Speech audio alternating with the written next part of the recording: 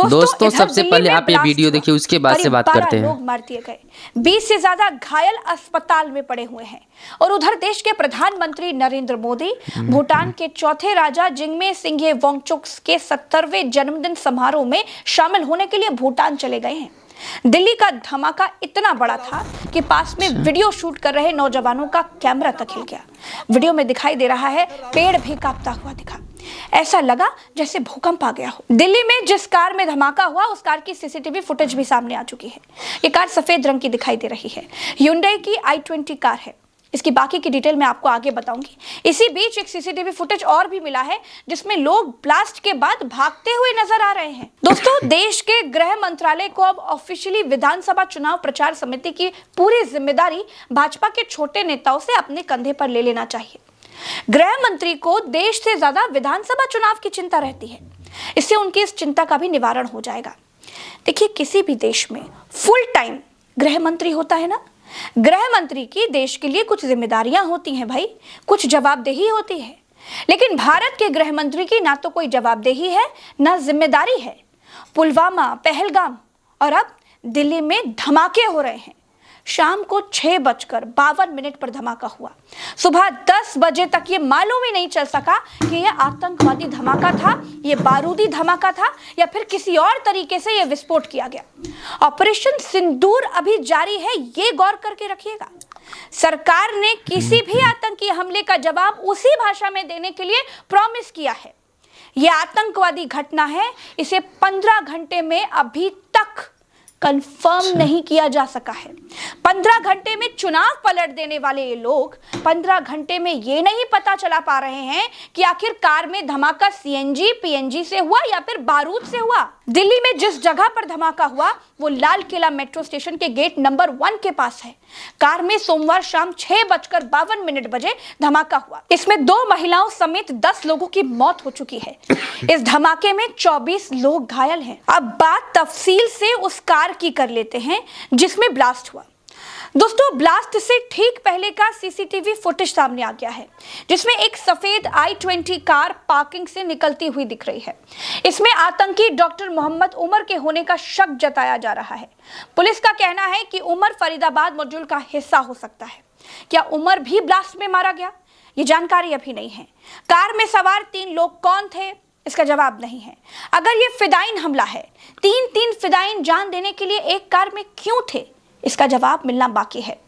Police अभी हवा में ही तीर चला रही है। देश की बाकी सुरक्षा एजेंसियों की तरह दिल्ली की पुलिस भी अमित शाह के ही अंडर आती है, लेकिन बाकी सब की तरह दिल्ली पुलिस को भी अभी कुछ भी नहीं मिला। अभी कुछ और दिन पहले जम्मू कश्मीर पुलिस ने हरियाणा के फरीदाबाद से लखनऊ तक अभियान चला करके 2900 किलो विस्फोटक यानी अमोनियम नाइट्रेट जब्त किया था।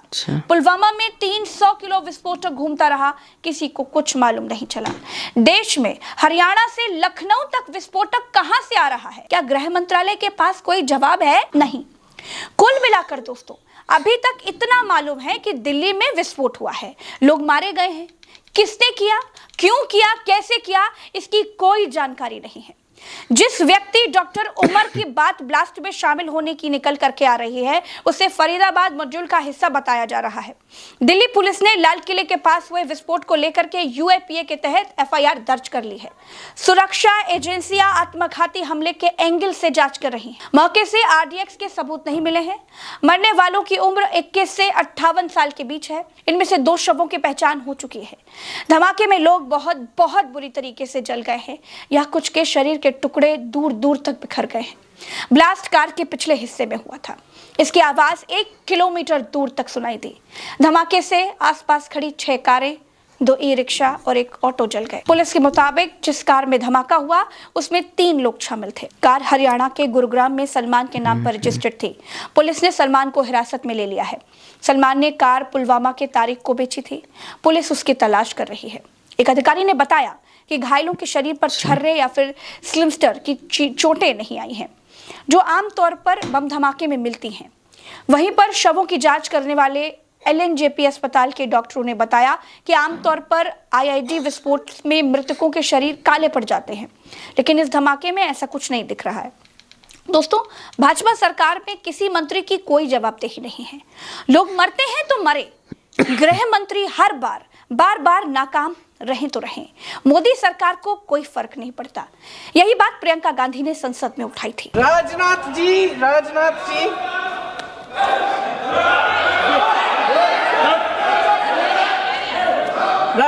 जी तो पुलवामा, उरी और पठानकोट के समय गृह मंत्री रहे थे। आज वे रक्षा मंत्री हैं और हमारे गृह मंत्री महोदय श्री अमित शाह जी के नाक के नीचे पूरा मणिपुर जल गया, दिल्ली में दंगे हुए, पहलगाम में हमला हुआ और आज भी वे उसी पद पर बैठे हैं। क्यों? अध्यक्ष महोदय, बमबारी से अखबारों के हेडलाइन बनते हैं, मगर कहानी सुरक्षा में की चूक में भी है।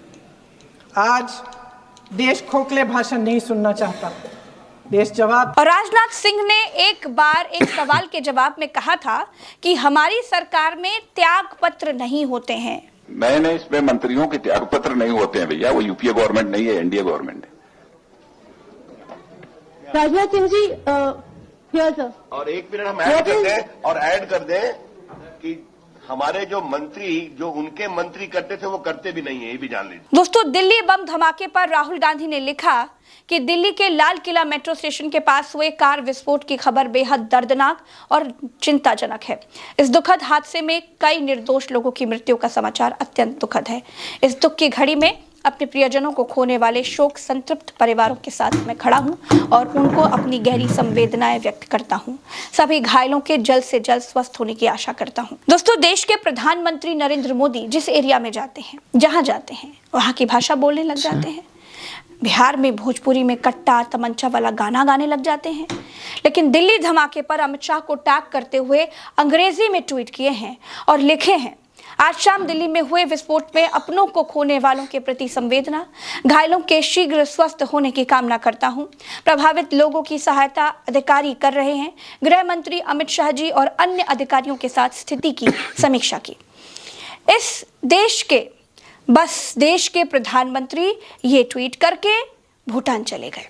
क्यों? क्योंकि उनको भूटान के राजा का जन्मदिन मनाना था। एक बात कहूंगी दोस्तों, आप नोट कर लीजिएगा, ये वही प्रधानमंत्री हैं जो बिहार में 25 साल पुराना जंगल राज याद दिला रहे थे और देश की राजधानी दिल्ली में बम फूटा, इतने लोग मर गए और मोदी केवल ट्वीट करके चले गए। बड़ी बात यह भी है दोस्तों कि यही प्रधानमंत्री बिहार के लोगों से वोट डालने की अपील हिंदी में करते हैं और दिल्ली में आतंकी घटना को अंग्रेजी में ट्वीट करते हैं और अमित शाह को टैग भी करते हैं। दोस्तों, दिल्ली ब्लास्ट में और क्या कुछ पता चलता है